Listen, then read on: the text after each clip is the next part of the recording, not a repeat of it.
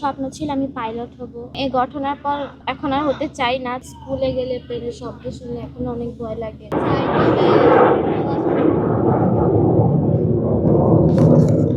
আরো ভালো লাগে আসলে যে আমি ফিরে আসতে পেরেছি। স্কুলে যেতে আগের চেয়েও এখন আরো বেশি ইন্টারেস্টিং লাগে। অনেক প্রবলেম এখনো আছে, যেমন ঘুমাতে পারি না, রাতে ঘুমাতে গেলে ভয় লাগে, অনেক বাজে বাজে স্বপ্ন দেখি। স্কুলে গেলে প্লেনের শব্দ শুনলে এখন অনেক ভয় লাগে। মিস্টার সান্ত্বনা দেয় যে ভয় পেও না।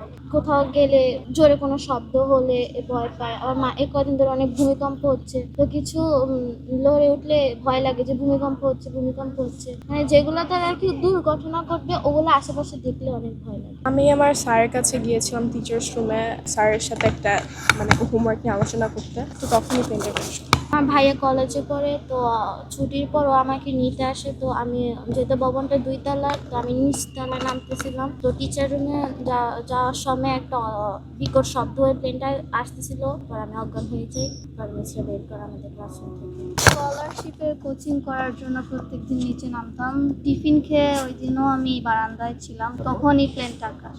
লিখতে গেলে এখন আগে একটা প্যারাগ্রাফ লিখতে হয়তো 10 মিনিট লাগতো, আর এখন ওটা লিখতে 30 থেকে 40 মিনিট লেগে যায়।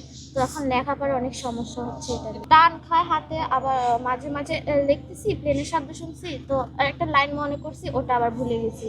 পরে ওটা মনে করতে আরো অনেক সময় লাগে। রিকভার ভালো হয়েছে। স্কুলে কাউন্সেলিং করা, তো ওই কাউন্সেলিং থেকে তারপর স্কুলে রেগুলারলি আসি, ক্লাস করি, তো সব মিলে এখন ভালো। ওই ঘটনার পর থেকে তেমন আর ক্লোজ ফ্রেন্ড বানানো হয় নাই, বানাতে চাইও না যদি ওরা আবার হারিয়ে যায়।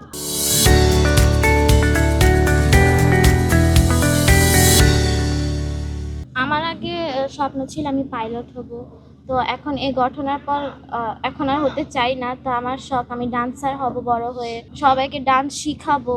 আমি এখনো শিখি। আরো ভালো লাগে আসলে যে আমি ফিরে আসতে পেরেছি, আমি পারছি, স্কুলে যেতে পারছি, আমার ফ্রেন্ডের সাথে দেখা করতে পারছি, লিখতে পারছি, একটা নর্মাল মানুষের মতো জীবনযাপন করতে পারছি। তো হ্যাঁ, আসলে আমরা যারা ভিকটিম আমাদের স্কুলে যেতেই বেশি ভালো লাগে বাসা থেকে বাসায় থাকার চেয়ে। কারণ কেননা আমরা যে জায়গায় ভেবেছিলাম যে আমরা আর বাঁচবো না, বেঁচে ফিরবো না, আমরা আবার সেই জায়গায় বেঁচে ফিরেছি। সো এটা আমাদের একটা প্রাউড জায়গা আমাদের জন্য, ভবনটা আমাদের জন্য একটা প্রাউড জায়গা। যখন স্কুলে যাই খেলাধুলা করতাম আগে ওদের সাথে, ওই সেম খেলা খেলতে গেলে ওদের কথা মনে পড়ে। আগে আমরা সবসময় একসাথে দোলনা খেলতাম, ওই সময় ওদের কথা আমি মনে পড়ে অনেক। আমার একটা ফ্রেন্ডের মা মারা গেছে, তো উনি অনেক ফ্রেন্ডলি ছিল। আমার ছুটির পরে উনি আমার সাথে বসে থাকতো, একা একা বসে থাকলে ওনার কথা মনে পড়ে। আসলে আমার একটা ফ্রেন্ড ছিল নাজিয়া নামের, ও সাথে আসলে আমরা অনেক খেলাধুলা করতাম। আমরা চার্লি চার্লি খেলতাম, তারপর বোর্ড গেমস খেলতাম। তো ওর কথা যে সময় আমরা ক্লাসের মধ্যে সামটাইমস গেমস ক্লাসে খেলি, ওর সময় অনেক ওর কথা মনে পড়ে। আল্লাহর কাছে দোয়া করছি যে আল্লাহ আমাদেরকে এখন সুস্থ করে দিছে।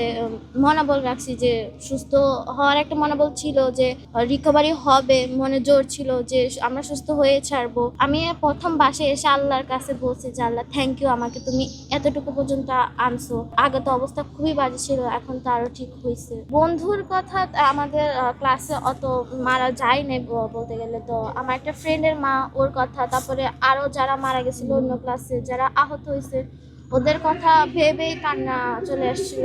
ওই জন্য এখনো খারাপ লাগে মাঝে মাঝে স্কুলে গেলে। ওদেরকে মিস করি, যদি ওদেরকে সামনে পেতাম, আগলে রাখতাম। যদি জানতাম যেমন হবে, তাহলে ওদেরকে স্কুলে যেতে দিত না অবশ্যই ওদের মা, তো আমরা ওদেরকে আগলে রাখতাম, ওদেরকে বলতাম মিস ইউ।